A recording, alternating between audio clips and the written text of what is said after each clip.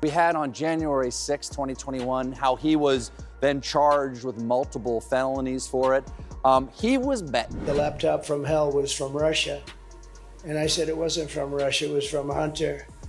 And I never got an apology, so I'm sort of waiting. I'd love to do 60 minutes. I do. Raise your hand if you've ever felt personally victimized by Trump's tweets. Well, fear not, because Stephen Colbert feels your pain and is here to turn that pain into laughter. Join us for a cathartic session of Trump roasting, Colbert style. The situation is as follows: Trump thought he could hide behind the cloak of presidential immunity. It's like when a child covers their eyes, convinced that if they can't see you, you can't see them.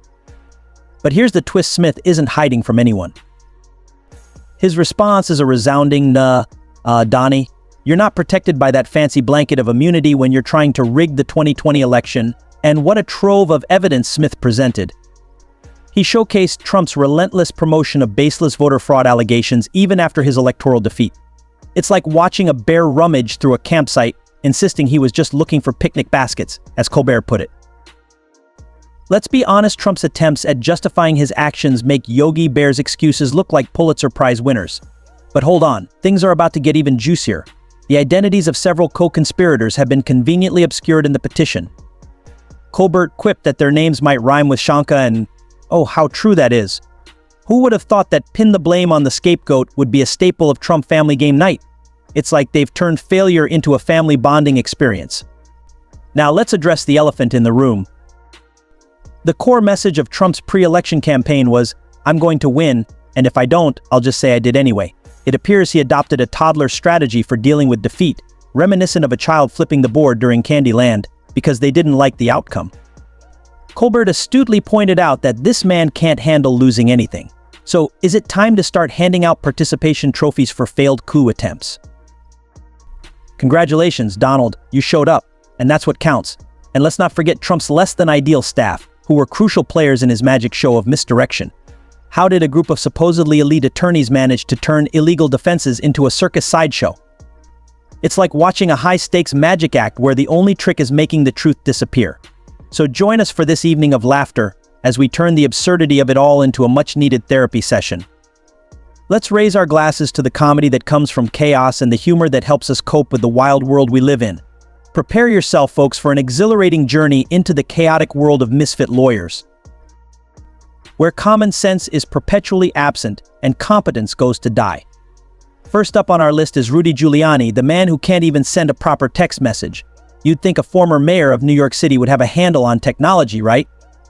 Well, Rudy managed to text the wrong number while trying to reach out to a Michigan lawmaker about contesting the election. It's like watching your grandfather fumble around, attempting to place a Tinder order for pizza, confusing and a little painful to witness. Then there's conspiracy theory queen Sidney Powell. She probably thought her coffee maker was eavesdropping on her because she was utterly convinced that Dominion voting machines were part of some vast conspiracy. Trump himself had to intervene, telling her to, "Whoa, slow down there, crazy pants." I mean, when you've got the former president putting the brakes on your wild theories, you know it's gotten out of hand. And we can't forget the rest of this eclectic crew. Trump's legal team, dubbed the Star Wars bar by one of his advisors. This comparison is quite the disservice to the delightful patrons of Mos Eisley. At least those aliens could hold their drinks. These lawyers couldn't engage in a civil debate if their lives depended on it. Imagine them at a cocktail party. No one would leave without a drink thrown in their face. But the cherry on top of this calamity Sunday is Trump's annoyance with Mike Pence, reportedly. Trump told Pence, "You're too honest." Can you even imagine that? It's like a cartoon villain getting furious at his sidekick for not being evil enough. It's no wonder Trump's legal strategy crumbled like a sandcastle during a hurricane. With a team like this, he might as well consult a magic 8-ball for legal advice. Can I prevail in this case? Prognosis not promising. Reply hazy, try again later. Honestly, if Trump thought his attorneys were incompetent at maintaining confidentiality, he might have been onto something. With these characters running the show, it's a miracle anything stayed secret for longer than a minute. So sit back and enjoy this roller coaster ride through the absurdities of Trump's legal escapades, where logic takes a backseat and the bizarre reigns supreme. Just wait until you hear about Trump's January 6th outing as a non-present leader. What a disco-inspired hint he left behind. It turns out that our favorite grumpy orange menace isn't just terrible at choosing attorneys, he's also got a knack for picking the most inappropriate entrance music. A delightful detail from Jack Smith's latest filing has pointed out just how much Trump has given us headaches, kind of like a MAGA hat that's 2 sizes too small. Remember the January 6th rally? Trump boldly claimed he was speaking in his capacity as president. Well, Smith has some bad news for you. His entrance music was as dignified as a clown car rolling up to a state dinner, instead of the majestic hail to the chief. Trump strutted into the delightful disco rhythms of YMCA. Yes, you heard that right, nothing screams leader of the free world quite like an anthem from the Village People. Being the comedic genius he is, Colbert couldn't resist poking fun at this disco disaster. He quipped that Trump's selection of YMCA suggested he had been there as a young man. After all, nothing says youthful vigor like a 74-year-old man sporting a comb-over and shaking his hips to disco. But hold on, it gets even better. Colbert took full advantage of this musical blunder, implying that future presidents could do anything they wanted as long as Hail to the Chief wasn't playing. Can you even imagine that? I'm sorry, Your Honor. I couldn't possibly rob that bank. I was obviously not acting as president at that moment, because I was dancing to staying alive. Smith makes a straightforward case. When Trump incited the crowd on January 6th, he was operating as a candidate, not as the sitting president. Can you really blame him, honestly? Looking presidential while leading an insurrection and grooving to disco is no easy feat.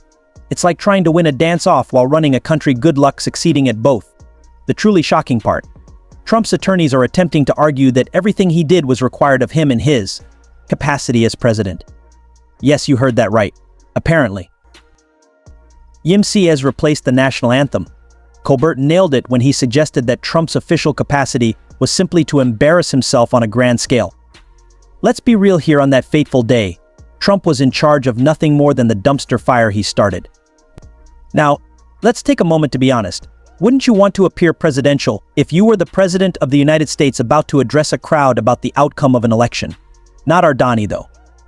He opted to turn the whole event into a perverted rendition of Dancing with the Stars, Insurrection Edition. And remember, this is the same guy who tried to pass off the term tweet cuff as some sort of secret code. Maybe we shouldn't be surprised that disco dancing and rabble-rousing are part of his vision of presidential behavior. It feels like he's living in a reality show where the soundtrack is perpetually stuck in the 1970s and the rules have gone out the window. Imagine a society where our only hope for averting political anarchy rests on the shoulders of late-night humor hosts. So buckle up, everyone. Stephen Colbert has just emerged as our improbable champion in the ongoing saga of Trump's legal maneuvers. It's quite the adventure, I assure you. In relation to this ridiculous saga, Jack Smith has recently delivered his most potent blow yet. Do you recall when Trump proclaimed he had a miraculous barrier of immunity? Well, that bubble was quickly burst by Smith's latest filing. It appears our beloved power-trippy Trump is about to face a harsh awakening with his latest 165-page brief.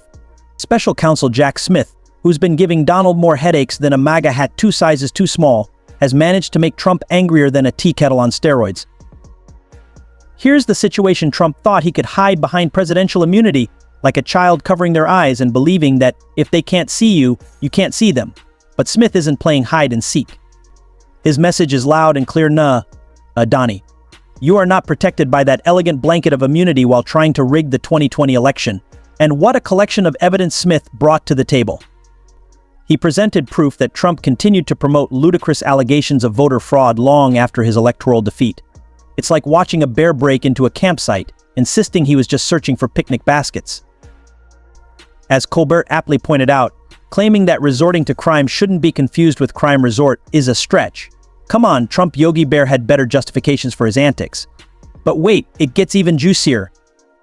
The identities of several co-conspirators have been conveniently obscured in the petition. Colbert couldn't resist the joke, suggesting their names might rhyme with Shanka and Schmeared. Who would have thought that pin the blame on the scapegoat would become a staple of Trump family game night? The worst part of all this? The underlying mantra of Trump's pre-election campaign was, "I'm going to win, and if I don't, I'll just say I did anyway." It seems he adopted a toddler's strategy for handling defeat. Just flip the board at Candyland and throw a tantrum. Colbert correctly observed that this man cannot handle losing anything. Is it time to start handing out participation trophies for failed coup attempts? Let's not forget Trump's less than ideal staff, an absolutely necessary component of his magic show. How did a group of so-called elite lawyers manage to turn legal defenses into a circus act? With this team, it's a wonder Trump managed to conjure up anything more than a poorly executed illusion. So grab your popcorn, folks, because this is one wild ride through the absurdities of Trump's legal escapades, where logic goes to die and hilarity reigns supreme. How did a group of purportedly elite attorneys manage to reduce legal defense to a sideshow in a circus? Buckle up, folks, for an exciting journey into the chaotic realm of misfit lawyers, where common sense is perpetually absent and competence goes to die. First up is Rudy Giuliani, the man who can't even send a proper text message.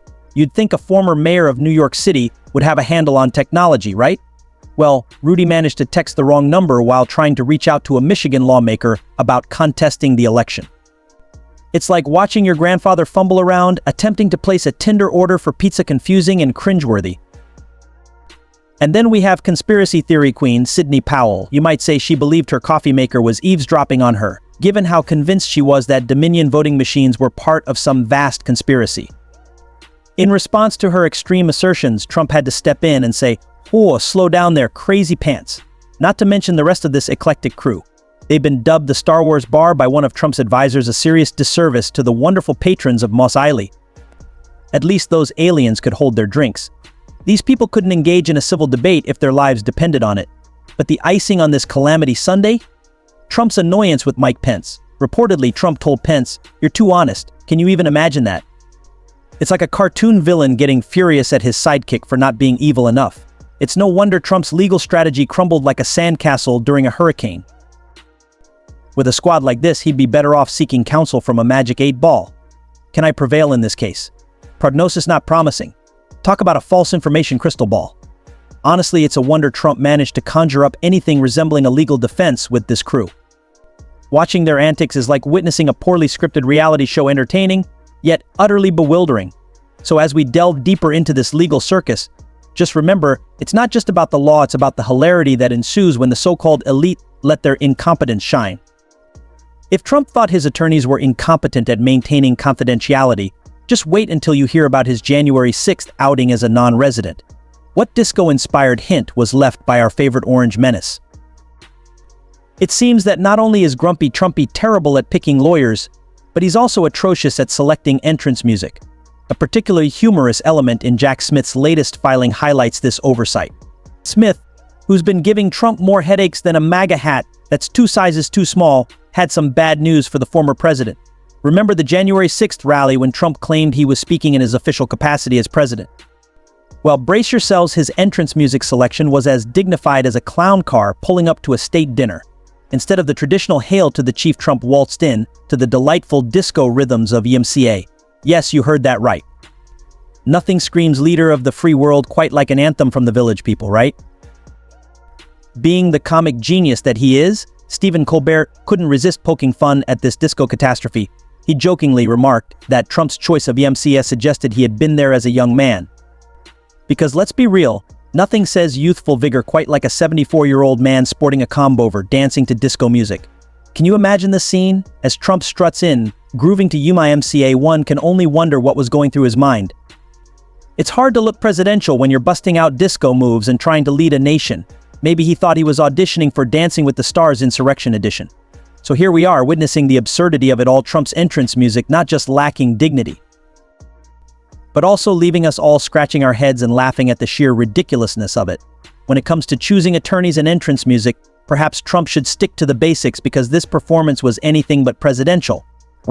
Here's a rewritten and expanded version of your text that enhances the humor and clarity while maintaining the original themes. Things take a turn for the even more entertaining as Colbert seized upon this musical blunder to his advantage. He cheekily implied that future presidents could essentially do whatever they wanted as long as Hail to the Chief wasn't playing. Just imagine the possibilities. I apologize, Your Honor. I couldn't rob that bank. I was obviously not acting as president at the time, seeing as I was dancing to Staying Alive.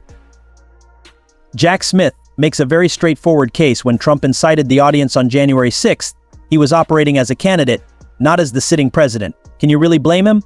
Honestly. Trying to look presidential while orchestrating an insurrection and busting out disco moves is no easy feat. It's like attempting to win a dance-off while simultaneously leading a nation. It's a recipe for failure on both fronts. Can you picture the scene? There's Trump, trying to rally his supporters while doing the hustle a gleam of sweat on his brow as he spins in circles like he's at a Saturday Night Fever dance-off.